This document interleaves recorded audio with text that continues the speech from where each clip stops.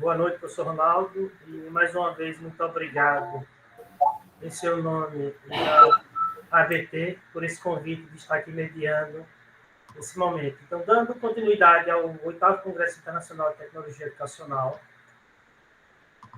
vamos fazer a nossa conferência de abertura, que tem como tema Competências Digitais Docentes. Para isso, irei apresentar um breve currículo da professora doutora Margarida Rocha Lucas, que possui doutorado em Multimídia e Educação pela Universidade de Aveiro, é professora pesquisadora nível 1 do Departamento de Educação e Psicologia da Universidade de Aveiro. Tem experiência na área de educação, com ênfase em ensino-aprendizagem. Professora Margarida, é um prazer tê-la aqui conosco e por aqui a palavra para você, para que você possa abrilhantar a abertura desse evento.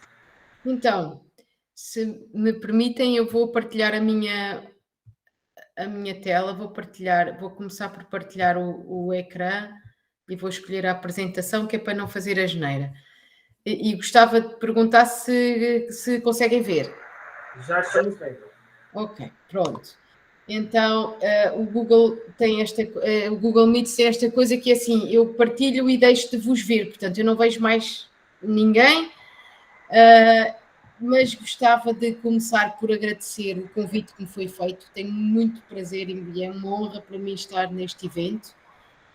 Dar os parabéns à associação pelo trabalho, tal como o Ronaldo dizia há pouco, há 50 anos a discutir tecnologias educacionais é algo que deve ser celebrado e, sobretudo, nos dias de hoje em que nós percebemos a importância que tem no contexto atual e com todos os acontecimentos que têm vindo a decorrer nos últimos tempos.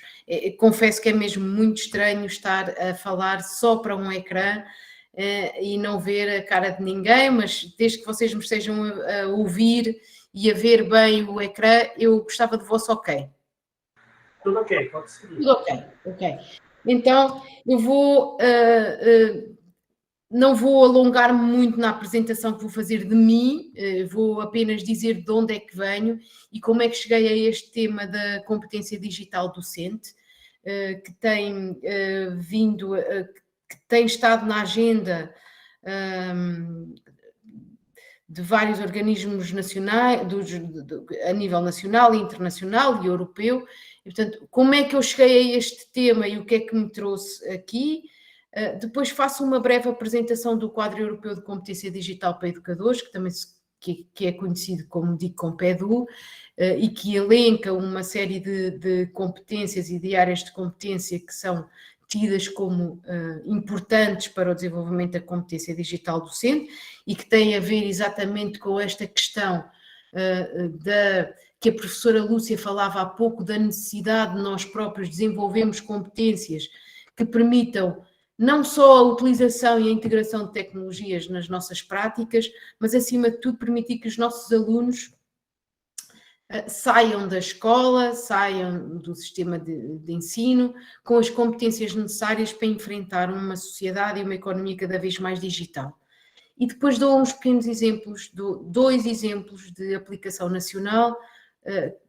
No fundo, é um exemplo que partiu de um piloto que nós fizemos e que depois partiu para uma iniciativa nacional que está neste momento a decorrer e que tem como documento enquadrador este quadro que pretendo apresentar. Portanto, eu venho eu sou de Aveiro. Quem já esteve em Aveiro, quem conhece um bocadinho da história de Aveiro, é uma cidade pequenina, comparando com o Brasil, é uma cidade muito pequenina, que fica junto ao mar, na zona centro de Portugal, e é uma universidade relativamente nova. E eu, neste momento, trabalho no Departamento de Educação e Psicologia desta universidade, que foi fundada em 1976, e estou alocada, sou investigadora do Centro de Investigação Didática e Tecnologia na formação de formadores, especificamente pertence ao grupo de investigação da Ciência, Tecnologia e Inovação, que tem como um dos objetivos e de um dos seus eixos de investigação a competência digital e recursos educativos abertos. E quando eu digo que sou de Aveiro, sou mesmo de Aveiro, fiz a minha formação quase toda em Aveiro. Saí um pouco para fazer uns anos fora, mas a minha formação base foi feita em Aveiro há alguns anos, numa licenciatura via ensino. Portanto, eu sou professora, a minha formação base é professora do ensino, aquilo que vocês, o equivalente ao ensino médio, e professora de línguas, sou professora de inglês e de alemão, e que lecionei durante 13 anos em Portugal, mas depois enverdei pelo doutoramento, e quando entrei pelo doutoramento interessei-me logo por foi nesta área da tecnologia educativa e aquilo que se poderia fazer em sala de aula com a integração da tecnologia, porque eu apanhei este período de transição. A minha formação em tecnologia educativa ainda foi aprender a mexer no retroprojetor, a fazer acetatos com várias camadas, e tive muito pouco aquilo que nós hoje entendemos por tecnologia educativa ou tecnologia digital. Eu tive uns pequenos lives de PowerPoint, foi o que eu aprendi a fazer, mas isto só no último ano, porque toda a exploração em termos de tecnologia passou pelo retroprojetor e pelos acetatos.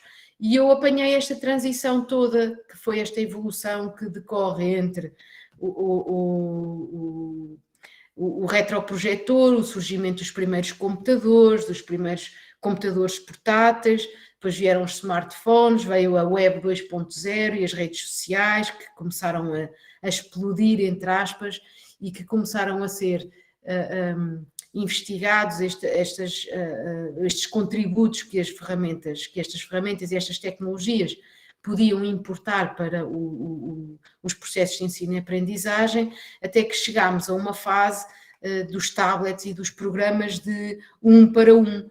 E nessa altura eu já tinha terminado o meu doutoramento e estava numa fase de, como professora, não tinha segurança, não tinha um contrato fixo, portanto era uma professora um bocado móvel, que vivia às custas um pouco das lacunas que existiam no sistema e que eu ia colmatando, eu e tantos outros colegas, e surgiu a oportunidade de concorri, fiz um projeto em que concorri para avaliar o impacto de um projeto que surgiu em Portugal e que tem...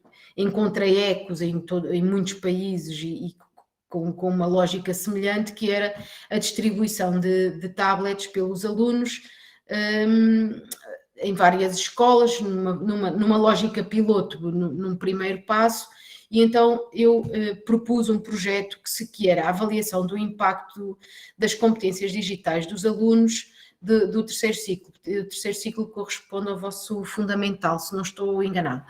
E foi nesta fase que eu comecei a ter contacto com a Comissão Europeia, com os trabalhos que eles estavam a desenvolver relativamente à criação de quadros de competência digital, e foi nesta fase do meu trabalho que eu me apropriei deste documento, que é o documento que nós aplicamos aos nossos alunos.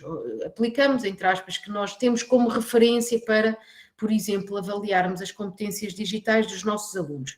E vamos perceber depois mais à frente que este quadro é muito importante também para nós, professores, porque é neste quadro que estão as competências que nós, enquanto professores, temos, por assim dizer, a responsabilidade de desenvolver nos nossos alunos, para que os possamos preparar para esta tal sociedade que falávamos, e para aquilo que a professora Lúcia há pouco gostei muito de ouvir, falar sobre esta preparação que nós temos e esta preocupação que temos que ter em preparar os nossos alunos para a utilização crítica e consciente e responsável de tecnologia.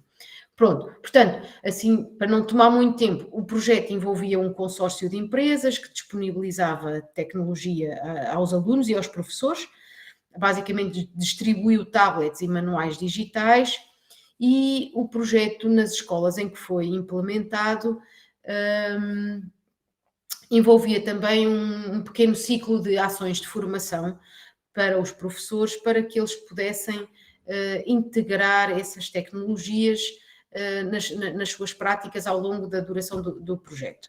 Portanto, recolhemos dados após 2 anos desta utilização para perceber qual tinha sido o impacto desta utilização ao nível do desenvolvimento de competência digital destes alunos, destas turmas. Houve 4 turmas envolvidas. O processo envolveu recolher dados junto dos alunos, como é óbvio, de professores, encarregados de educação, e também dos diretores aqui o AI é agrupamentos de escolas, porque as nossas escolas estão agrupadas, portanto, os diretores de escolas e também destas empresas que compunham o consórcio. E ficámos um pouco, ficámos um pouco,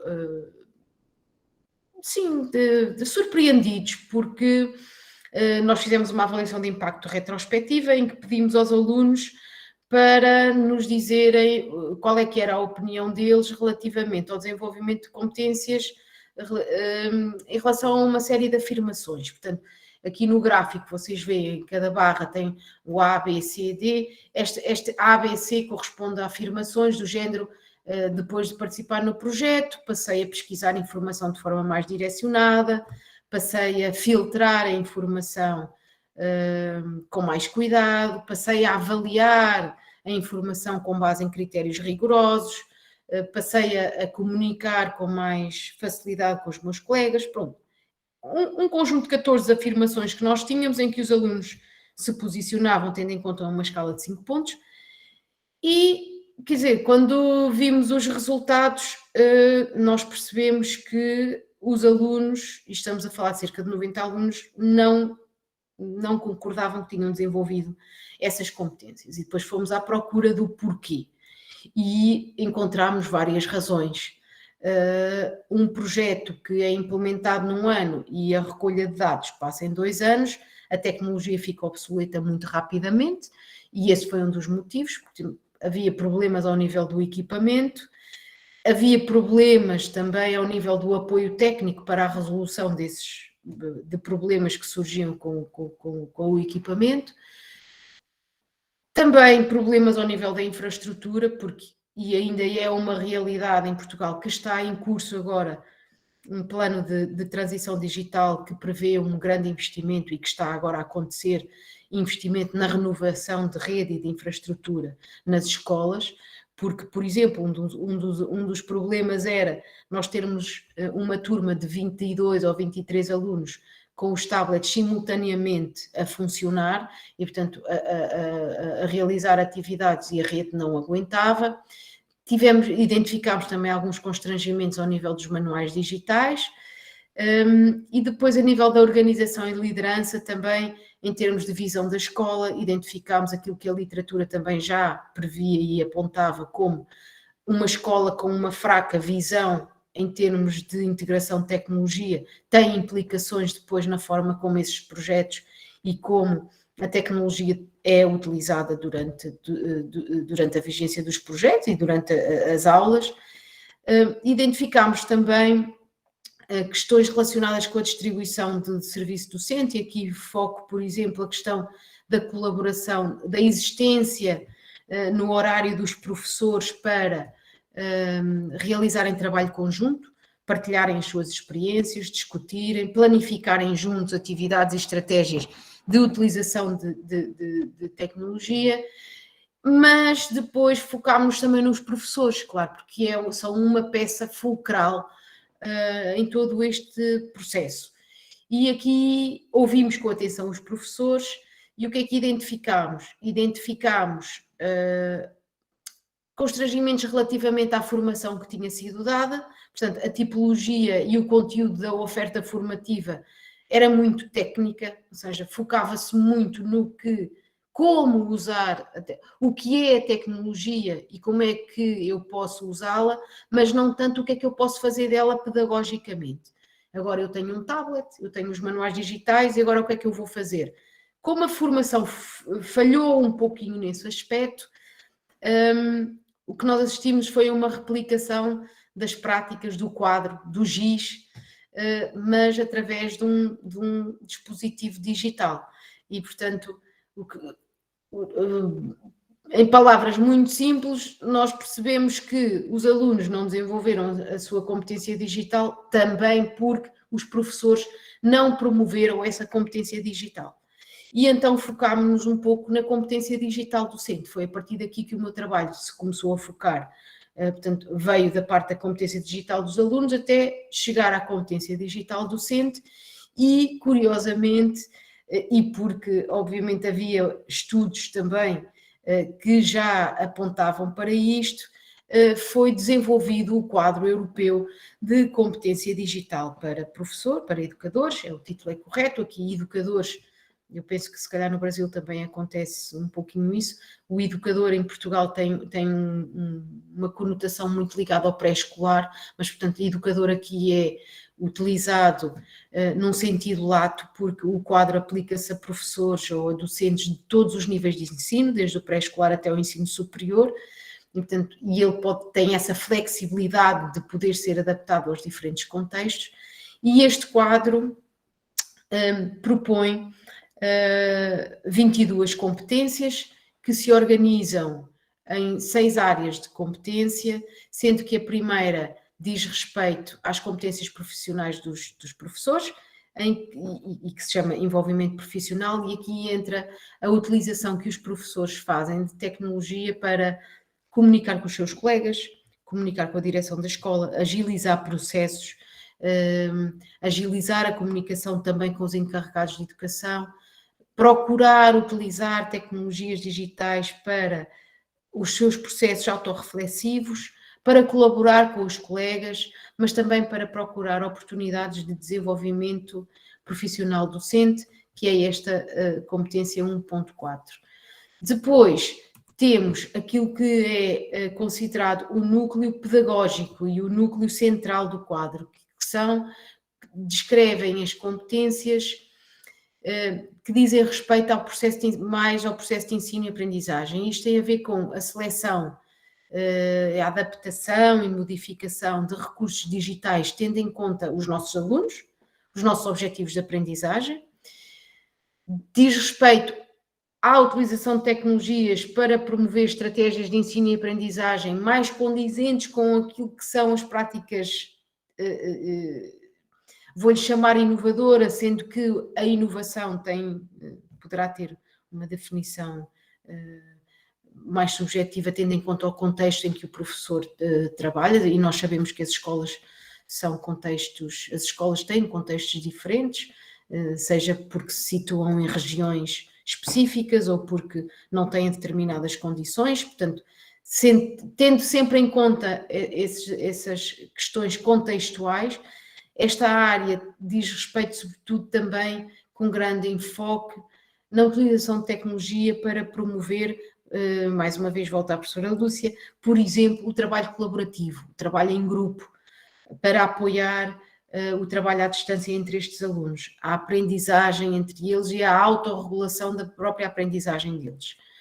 Depois entra também a questão da avaliação e a utilização de tecnologias para promover estratégias diversificadas de avaliação e que não sejam só centradas em avaliações sumativas de testes e exames, que é algo que está muito enraizado, por exemplo, cá em Portugal, no nosso sistema de ensino. Estamos a pouco e pouco a afastar-nos desse modelo e a flexibilizar estes modelos de avaliação, até porque são para torná-los mais justos e direcionados às capacidades dos nossos alunos.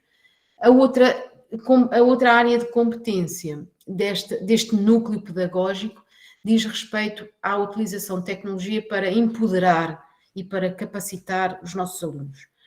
E aqui entra a questão da acessibilidade e da inclusão, portanto, não deixar ninguém de fora, e entram aqui as questões dos alunos com necessidades especiais, portanto, permitir, e sabemos, há literatura vária que a tecnologia pode ser um fator exclusivo, mas também pode ser um fator de inclusão. E depois temos a outra área que diz respeito, e por isso eu falava há pouco do quadro europeu de competência digital para cidadãos, que balizamos os nossos alunos aqui e que assume a total importância aqui nesta área 6, porque todas as competências que estão aqui elencadas são as competências que estão presentes no outro quadro. Portanto, cabe também um pouquinho ao professor, e isto até é um bocadinho injusto, porque parece que já é exigido tanto ao professor, e ainda é exigido tudo isto, mais esta área que prevê a promoção da competência digital dos alunos. Isto é, que eles sejam capazes de utilizar a tecnologia para desenvolver a sua literacia digital, para saber avaliar a informação, para saber distinguir o que é uma fake news e o que é que não é, para saber comunicar e colaborar com os colegas e com públicos externos, para saberem criar os seus próprios conteúdos para expressar o seu conhecimento, aquilo que aprenderam, aquilo que ainda não compreendem tão bem. Entram aqui também as questões da utilização segura e da privacidade, e o alerta para o bem-estar que os alunos, ou o mal-estar que as tecnologias podem causar aos alunos, como a questão da adição e a questão da falta de privacidade ou da overexposure que os nossos alunos às vezes fazem por intermédio das tecnologias, e depois a utilização de tecnologias também para resolver problemas que surjam. Pronto, este quadro surgiu exatamente pela necessidade que se sentiu, tendo em conta a digitalização que temos assistido em todas as esferas da nossa sociedade e à qual a educação não pode ficar alheia. Obviamente, tratando-se de um sistema composto por muitas pessoas, por muitas interligações, é um sistema propício, e nós, o ser humano, é propício à resistência à mudança, e daí a dificuldade em aceitar que temos que dar um passo em frente, sair da nossa zona de conforto para procurar formas diferentes de ensinar e proporcionar novas formas também de aprender aos nossos alunos. Bom, este quadro de competência digital propõe uma série de etapas que estão alinhadas com vários níveis de proficiência, e este quadro segue uma lógica que nós aqui na Europa, eu penso que vocês no Brasil também estão familiarizados com esses quadros, que é o quadro de competência para as línguas, em que nós temos vários níveis de proficiência que definem e que apresentam descritores, tendo em conta cada perfil, e a nomenclatura aqui, os níveis, pelo menos o A1 até o C2, é idêntico. Para quê? Para facilitar essa identificação de uma progressão de um nível de consciencialização até um nível, neste caso, de inovação. Portanto, a equipa europeia que desenvolveu este quadro, claro que auscultando especialistas de vários países, professores incluídos e investigadores também, decidiram atribuir estas etiquetas, estes nomes, para mais facilmente falar com os professores. Dizer, se calhar eu sou um recém-chegado, se calhar eu sou um explorador. O quadro, depois vocês, desculpem, eu vou voltar atrás, o quadro está aqui elencado, existe a tradução para português desde 2018, e neste quadro vocês encontram um descritor, uma descrição para cada um destes perfis. Portanto, nós conseguimos perceber o que é que dentro de cada perfil um professor faz ou deve ser capaz de fazer. E uma das vantagens destes quadros e destes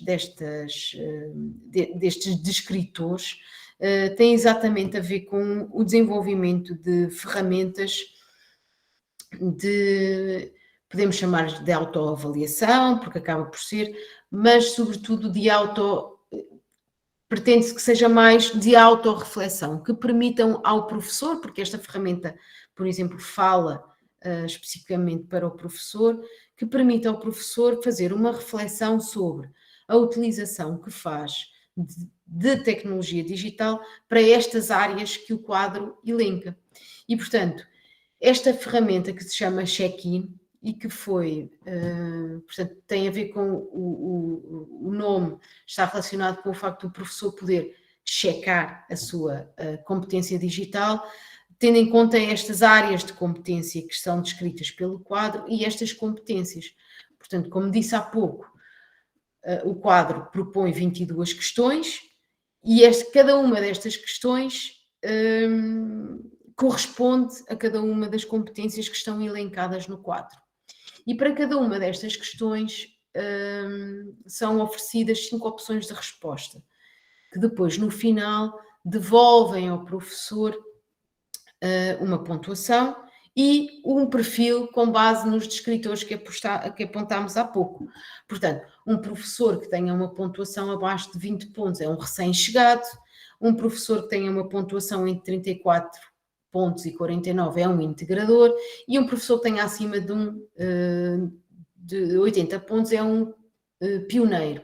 Quer isto dizer que é uma pessoa que, para além de inovar constantemente as suas práticas, de se manter atualizado e de procurar incorporar essas atualizações na sua prática, é um professor que partilha, que promove momentos informais de desenvolvimento profissional aos seus colegas e que promove esses momentos de partilha dentro da sua escola.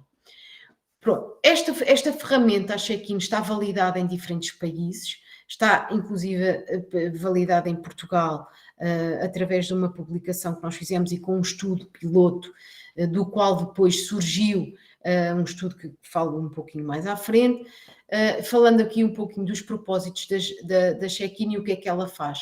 Ela faz, de acordo com cada resposta que o professor dá, ela devolve um feedback. Portanto, e isto é uma característica da ferramenta que é muito valorizada pelo professor, porque não é simplesmente o professor, neste processo de autoposicionamento e de autorreflexão que faz relativamente às afirmações que lhe são colocadas, em que ele entra no processo reflexivo, mas depois no final, para cada resposta, ele recebe um feedback. E o feedback tem sempre uma lógica de, ok, eu estou neste ponto e o que é que eu posso fazer para melhorar? Portanto, o feedback dá dicas ao professor sobre atividades, sobre práticas, sobre ações que pode tomar para melhorar a sua competência digital. Então, a lógica desta ferramenta e destas ferramentas de autorreflexão que a Comissão Europeia, juntamente com comunidades de professores e de investigadores, tem vindo a desenvolver, é esta lógica iterativa de melhoria, em que o professor reflete, o professor participa, recebe o relatório individual, identifica em que áreas é que precisa de apostar e de desenvolver mais as suas competências, que competências é que têm lacunas, e depois procura formação, participa nessa formação, reflete sobre os seus resultados e volta a fazer esta reflexão para perceber se os seus resultados melhoraram e aonde é que pode melhorar ainda mais. Esta ferramenta traz várias... Esta é uma potencialidade a nível individual do professor e, sem dúvida, o objetivo destas ferramentas e do próprio quadro, deste próprio referencial que existe, ele próprio, pelos descritores que apresenta, já é em si um instrumento que pode informar e ajudar o professor a orientar a sua prática no que diz respeito ao desenvolvimento da competência e à integração de tecnologia para diversos fins. E tem, para além deste aspecto individual, tem outras potencialidades, sobretudo ao nível da escola, porque a escola pode usar estes resultados de forma agregada para trabalhar e identificar prioridades ao nível da sua escola e o que é que pretende fazer e onde é que quer investir, e pode depois informar políticas educativas de nível mais abrangente, como seja regional ou nacional, em termos de disponibilização de ofertas curriculares e formativas, sejam informais ou formais, que permitam aos professores desenvolver estas competências. Isto tem um pouquinho também a ver, e está muito ligado com o trabalho que membros da associação, o Ronaldo, o Alexandre, têm estado a desenvolver, no sentido de identificar algumas destas lacunas e potenciar e possibilitar ofertas oportunidades de desenvolvimento aos professores. Nós em isto já foi final de 2019, portanto, depois vamos ver como isto é interessante, porque surgiu a pandemia, que veio ainda mais a aumentar a importância e a relevância deste quadro e desta ferramenta e do estudo piloto que nós fizemos em Portugal, e nós juntámos, a pedido das escolas, portanto, houve 5 escolas, 5 agrupamentos de escola envolvidos que pediram especificamente ao Ministério da Educação: pá, nós precisamos de desenvolver, nós precisamos que os nossos professores desenvolvam competências ao nível da integração da tecnologia, portanto, precisam desenvolver a sua competência digital. O que é que nós podemos fazer? E eu estava a fazer esta investigação e estava a desenvolver estes instrumentos e estava em posse destes instrumentos e fui contactada e desenvolvemos este estudo piloto. E o que é que nós fizemos? Estes professores destas escolas responderam, fizeram esta autorreflexão, ficaram com estes dados e nós identificámos o quê? Os professores de nível básico, de nível A1 e nível A2, portanto recém-chegados e exploradores. E com base nos resultados desses professores identificámos as áreas nas quais os níveis de competência eram mais baixos e percebemos que a criação de recursos especificamente direcionados para os nossos alunos, para aqueles alunos e para os propósitos de aprendizagem era uma lacuna para os professores, era uma dificuldade que os professores tinham. Depois era uma dificuldade a área do ensino e aprendizagem, ou seja, como é que eu integro as tecnologias e estes recursos nos processos de ensino e aprendizagem, de forma a promover uma maior autonomia nos meus alunos, a promover o trabalho colaborativo entre eles e a promover a autorregulação das suas aprendizagens. E depois a outra área a seguir, a área da avaliação. Portanto, 3 áreas do núcleo pedagógico do quadro que estão completamente interligadas e que nós identificámos como sendo aquelas nas quais os professores tinham mais dificuldade. Portanto, o que é que nós fizemos? A partir daqui, planificámos 3 ações de formação, uma para cada área de competência, para a área 2, 3 e 4, e apontámos para um nível superior. Portanto, os professores estavam no nível básico e nós apontámos para um nível intermédio. Desenvolvemos essa formação e implementámos essa formação com os professores. Obviamente, esta formação não era obrigatória e dos 236 professores que estavam nessas áreas, inscreveram 198. 114 professores concluíram a formação, portanto, as 3 ações de formação, e 94 responderam ao check-in e, portanto, foi só com base nestes 94 que nós pudemos fazer a comparação entre o pré e o pós, não é? Portanto, fizemos um estudo pré-teste e pós-teste e depois comparámos o que é que os professores, qual é que tinha sido a evolução, e só fizemos isto ao final. O pré-teste foi passado após 2 meses do término da formação, exatamente para permitir uma distância e perder um bocadinho do efeito, porque, obviamente, se eu estou a aprender sobre uma coisa e vou responder sobre essa coisa, será expectável que os níveis sejam melhores. Mas, portanto, nós fizemos questão de deixar passar 2 meses após a formação para depois passar o pós-teste e permitir também que os professores tivessem tido prática letiva sem formação durante esse período. E o que verificamos foi, obviamente, uma maior, um aumento no nível de competência e em que conseguimos, de facto, que entre o pré e o pós, o nível de níveis básicos tenha diminuído e o número de professores ou a percentagem de professores, porque isto são percentagens, tenha aumentado nos níveis intermédios. Mas há aqui um fator-chave e que tem muita importância na questão da formação, que foi o acompanhamento, isto é, os professores não tiveram a informação propriamente dita, mas tiveram sempre acompanhamento por parte das pessoas, dos formadores, neste caso eu e outros colegas, que acompanhámos a formação e depois pontualmente íamos perguntando, tínhamos um grupo de apoio no Facebook, que foi criado para o efeito, para acompanhar o pós-formação, e no qual, portanto, criámos uma espécie de uma comunidade de prática, uma comunidade de discussão, na qual os professores se sentiam à vontade para, no caso de terem uma dúvida, no caso de quererem partilhar experiências, o poderem fazer. E esse foi um aspecto, é um aspecto muito importante, foi um aspecto importante, e portanto será, e que está a ser tido em conta agora no alargamento deste estudo piloto que está a acontecer, que eu refiro já brevemente, logo a seguir. E peço, se eu me estiver a alongar, por favor, para me avisar, Alexandre, porque senão eu entusiasmo-me e não saio daqui. Entretanto, o que é que aconteceu? Aconteceu a pandemia. Aconteceu a pandemia e fomos todos obrigados a transitar para o digital e, portanto, lá está. Estas questões tornaram-se ainda mais relevantes. No entanto, já estava em curso, quase numa forma premonitória do que estaria a acontecer. Não tanto, porque também nós sabemos, e nós aqui na Europa, não sei se no Brasil está a acontecer, existe o Plano para a Ação Digital, que foi lançado em 2020 e tem um período previsto até 2027 para ser implementado.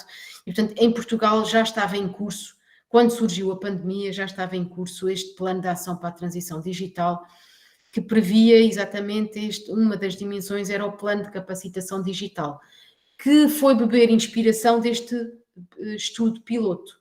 Então, o que é que aconteceu? Foi em junho começámos a preparar todo este processo e entre janeiro e março todos os professores portugueses foram convidados a participar neste estudo, que envolveu basicamente os mesmos passos que eu já descrevi. Os professores responderam ao check-in, o questionário era composto por essa ferramenta de autorreflexão e depois recolhemos outros dados. Foi distribuído em 2 fases, os professores foram convidados a responder, os que não conseguiram responder na primeira fase ou porque não quiseram, ou porque não sentiram interesse, ou porque estavam de atestado e não podiam trabalhar, ou estavam ausentes da escola. Abrimos uma segunda fase para que eles pudessem participar e podemos dizer que abrangemos 92% dos professores portugueses, que é muito satisfatório e que demonstra, por um lado, o interesse dos professores em participar neste projeto e em autorrefletir sobre a sua própria, perceberam a importância que tinha a identificação destes níveis e perceberem em que ponto estavam relativamente à integração de tecnologia, e demonstra, por outro lado, o quão bem esteve montada esta lógica de informação, comunicação muito clara, feita aos professores, e um trabalho excepcional que foi feito pelo Ministério da Educação e pelas entidades depois que articulam com o Ministério, como, por exemplo, os centros de formação, que nós temos vários, que estão alocados às escolas e que congregam diferentes escolas. Portanto, todo um trabalho de articulação que foi feito e que resultou num estudo bastante abrangente e com bastante sucesso, devo dizer. Os resultados apontaram para que a maior parte dos professores se situasse ali no nível B1, ainda com uma percentagem significativa no nível muito básico. E, portanto, tendo em conta que o quadro de ICOMPEDU aponta para o nível B2, que é o nível de especialista, como um nível necessário para dar o pontapé de saída para a mudança, para a inovação, o nível de proficiência digital dos nossos professores pode ser melhorado, é baixo, pode ser melhorado, e depois, partindo disto, identificámos ainda as áreas com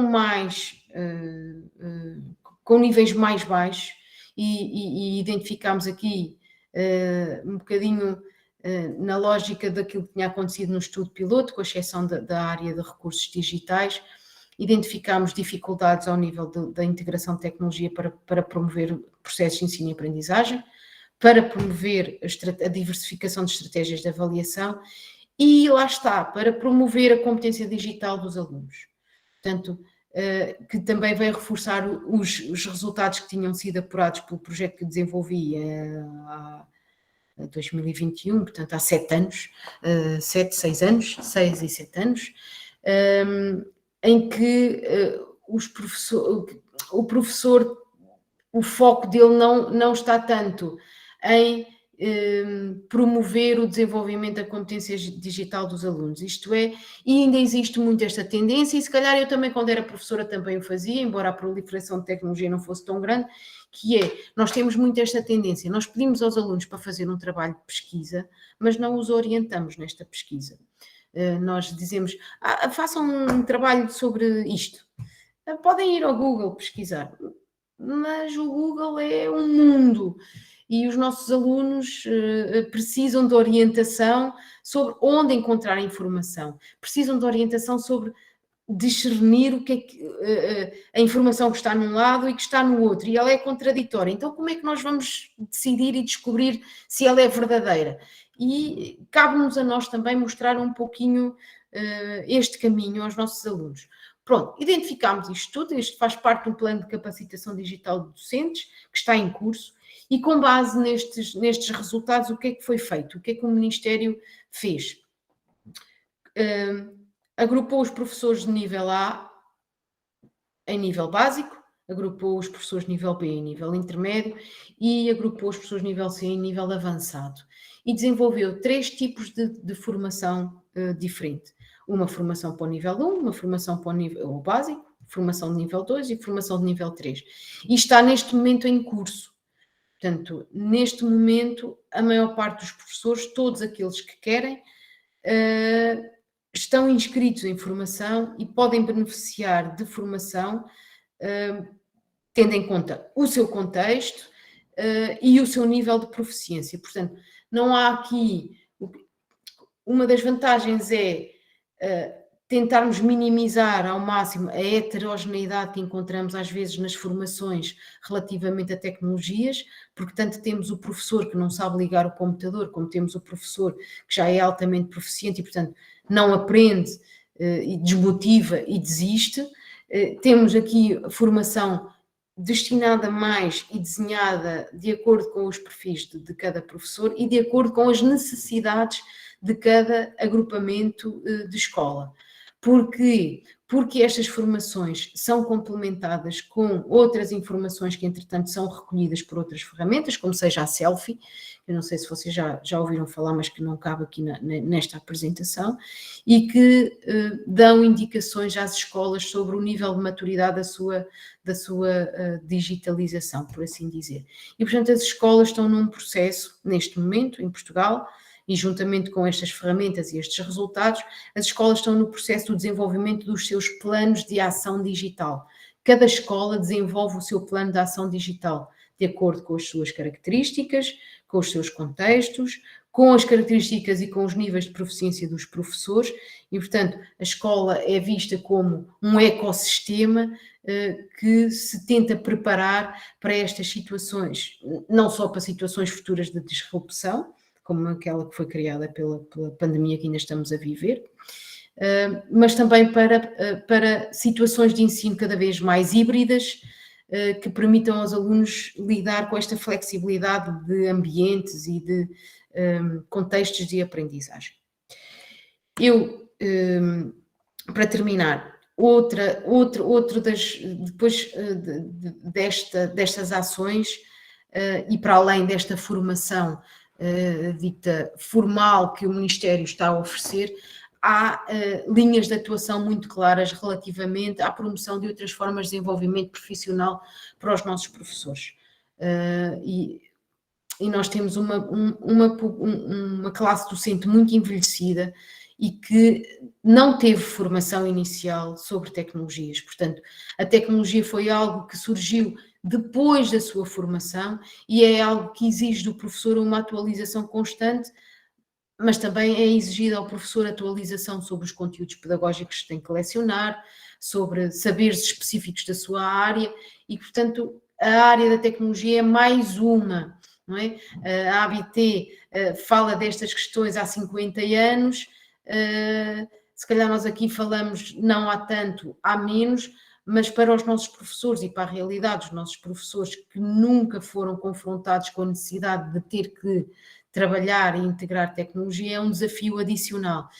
E, portanto, há também investigação que aponta para que a aprendizagem informal com os colegas, com grupos de colaboração, dentro das próprias escolas, ou usar, entre aspas, os professores que são mais proficientes como mentores e tutores dos professores com mais dificuldades, a investigação aponta para resultados muito positivos e, portanto, aponta tudo para uma lógica muito obviamente, com apoio de nível top-down, porque sem isso as iniciativas a nível de escola também não funcionam, mas muito esta lógica do tal ecossistema que eu falava há pouco, que é sobretudo composto pelos professores, pela uma visão e uma liderança clara, que permite que os professores tenham também estes momentos em que possam partilhar as suas experiências, tenham tempo para experimentar,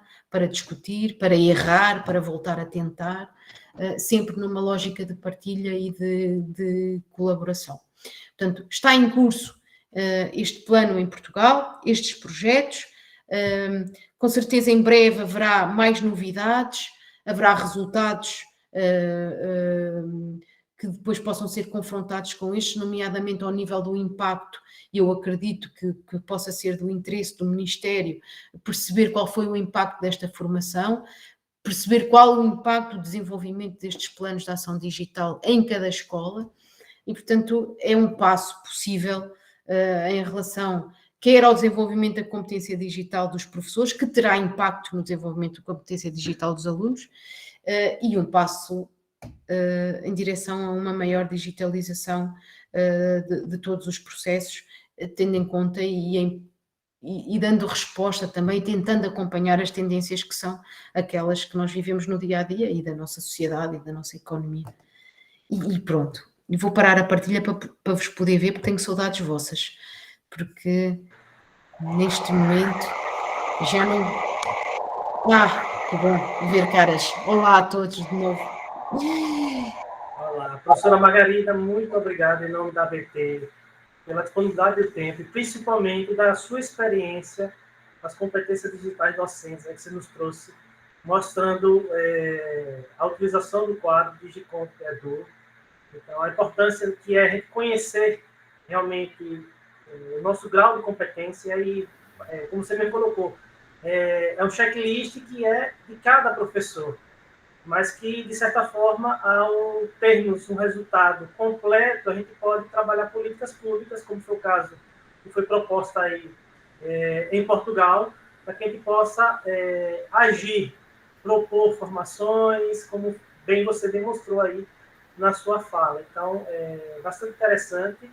Então, como você mesmo colocou, já estamos fazendo um pouco desse trabalho aqui também aqui no Brasil, junto com o professor Ronaldo, professora Margarida, tem alguns alunos que estão aqui presentes. E franquei agora a palavra ao professor Ronaldo. Quer falar alguma coisa, professor Ronaldo? Não, aproveitar para agradecer, né? Como é uma conferência, a gente não vai abrir para debate, até porque no caso da professora Margarida já vai dar 1h da manhã lá. Então, a disponibilidade dela, claro que quando ela se envolve, ela não quer parar, mas essa disponibilidade tem um limite de tempo e horário, né? Ela precisa descansar, que amanhã deve estar aí em outras ações. Agradecer. Ronaldo, eu peço desculpa porque eu vi que ultrapassei um pouco o tempo demais, não é? Então, desculpa. Não, na realidade, nós estávamos aqui, Margarida, preocupados mais com o seu tempo do que especificamente com o tempo limite para a fala. O Alexandre me perguntou quanto tempo ela tem. Eu disse, olha, já que vai ser meia-noite, a gente vai trabalhar com 20 minutos, meia hora no máximo, mas aí deixa ela. Se ela quiser falar mais... Muito bom.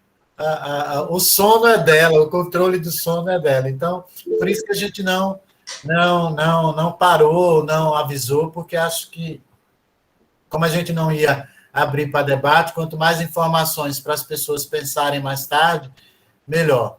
Então, agradecer imensamente, né, a sua participação, a sua colaboração, reforçar aí um pouco o projeto. A gente está tentando desenvolver um pedaço, né, um recorte desse projeto aqui em Sergipe. Então, fazendo uma pesquisa com os professores da rede pública estadual e com os professores da capital, a gente vai começar a fazer esse checklist, aplicar esse checklist nos professores de Aracaju também, para poder ter esse perfil de competências digitais que os nossos professores da rede pública se declaram, né? Porque esse checklist é um checklist muito mais de percepção dos professores sobre sua própria prática, sobre seu próprio nível de esclarecimento, de domínio das tecnologias. A gente espera chegar lá no estágio que Margarida está em Portugal já, mas ela começou mais cedo e a gente já está pegando carona, né, nessa experiência, expertise dela, e a gente espera poder alcançar alguns desses avanços. Primeiro que é essa questão de produzir dados e informações mais consistentes para definir políticas de formação de professores, formação continuada de professores. Né? Partindo do pressuposto de que a gente precisa oferecer para os professores coisas que sejam cada vez mais próximas das necessidades e das demandas deles. Né? Porque a gente sabe que os projetos de formação que caem do céu, todos montados, arrumadinhos, quando chegam na formação dos professores, no espaço da sala de aula, muitas vezes não dão certo e nem tem sequência para isso. No segundo momento, pensar nessa perspectiva que a professora Margarida traz no final da fala dela, que dar voz aos atores locais da escola, né? Que eles, como há diferentes níveis de formação na escola, que a gente possa ter dentro da própria escola ou a própria escola como espaço de autoformação dos professores, um ajudando o outro, um colaborando com o outro, um contribuindo com o outro, em vez de receber pacotes prontos de fora, produzir suas próprias soluções mais enraizadas nos seus próprios problemas, né, para que possa a gente ter isso de maneira mais clara. Então, nesse sentido que a gente está querendo, está trabalhando aqui para implantar esse checklist, para a gente aplicar e desenvolver ações mais ou menos correlatas. Margarida, está na sua hora de mimir. Eu vou, com muito gosto, mas tenho muita pena de vos deixar, foi um gosto estar aqui, muito obrigada mais uma vez pelo convite. Eu me entusiasmei a falar, entusiasmei-me um pouco, mas eu não me importo de deitar tão tarde assim. O tempo passou a voar e, portanto, foi um prazer. Muito obrigada. Então, muitíssimo obrigado, a gente que agradece. Novamente, toda vez que a gente abusa de você, a gente te promete trazê-la pessoalmente para a gente poder matar saudades e esperar que essa pandemia passe e que a gente possa estar quem sabe já com você aqui para nos ajudar a apresentar os resultados das nossas pesquisas e dos nossos trabalhos aqui. Né? Isso era ótimo. Aceito com todo o gosto de novo. Próximo ano a gente está fazendo isso. Certo. Prazer. Um abraço enorme. Muito obrigada a todos. Professor Obrigada. Marcelo, agradecer aos bastidores, né? O professor Marcelo é que tem sustentado toda a parte de tecnologia, né? na nossa comissão aí de organização do evento. Foi ele que montou toda essa estrutura. A ideia era que a gente pudesse, ainda é que a gente possa depois somar essas falas todas, esses recortes e oferecer para a comunidade acadêmica um evento inteiro, um evento enxuto, um evento de qualidade com essas falas fantásticas que a gente está tendo. Muitíssimo obrigado ao senhor, né, por essa colaboração e essa parceria imensa que a gente está tendo já há quase 6 meses. Né? Obrigado, mas a todos nós, né, professor? Uma parte única do evento não sustenta. Então, agradecer ao professor Alexandre, à professora Helena, ao senhor, à ABT, aos nossos palestrantes, porque uma única parte não sustenta nada. Cada um faz um pouquinho. Sim. E nós teremos esse evento, né? Cada muito um bom, faz um pouquinho. Muito feliz de estar acontecendo. Isso. E é isso aí. Obrigado, professora. Um bom descanso agora para a senhora, né? Obrigada. Tá? Fiquem com Deus aí. Aos meus alunos, convido-os a retornarem para a sala de aula, que eu vou encontrar vocês lá. A aula ainda não acabou. Ó, professor Caxias. Adeus, Professor Alexandre, obrigadíssimo pela colaboração e pelo apoio. Obrigada. Amanhã pela manhã, professora Merisu coordenando a mesa de Educação Especial e Inclusão. À tarde, a nossa mesa de apresentação de trabalhos e à noite a nossa conferência com o professor Ronaldo. Muito bom. Aguardamos vocês. Boa noite. Margarida, um cheiro no coração. Adeus, um abraço, um beijinho muito grande. Prazer enorme. Adeus.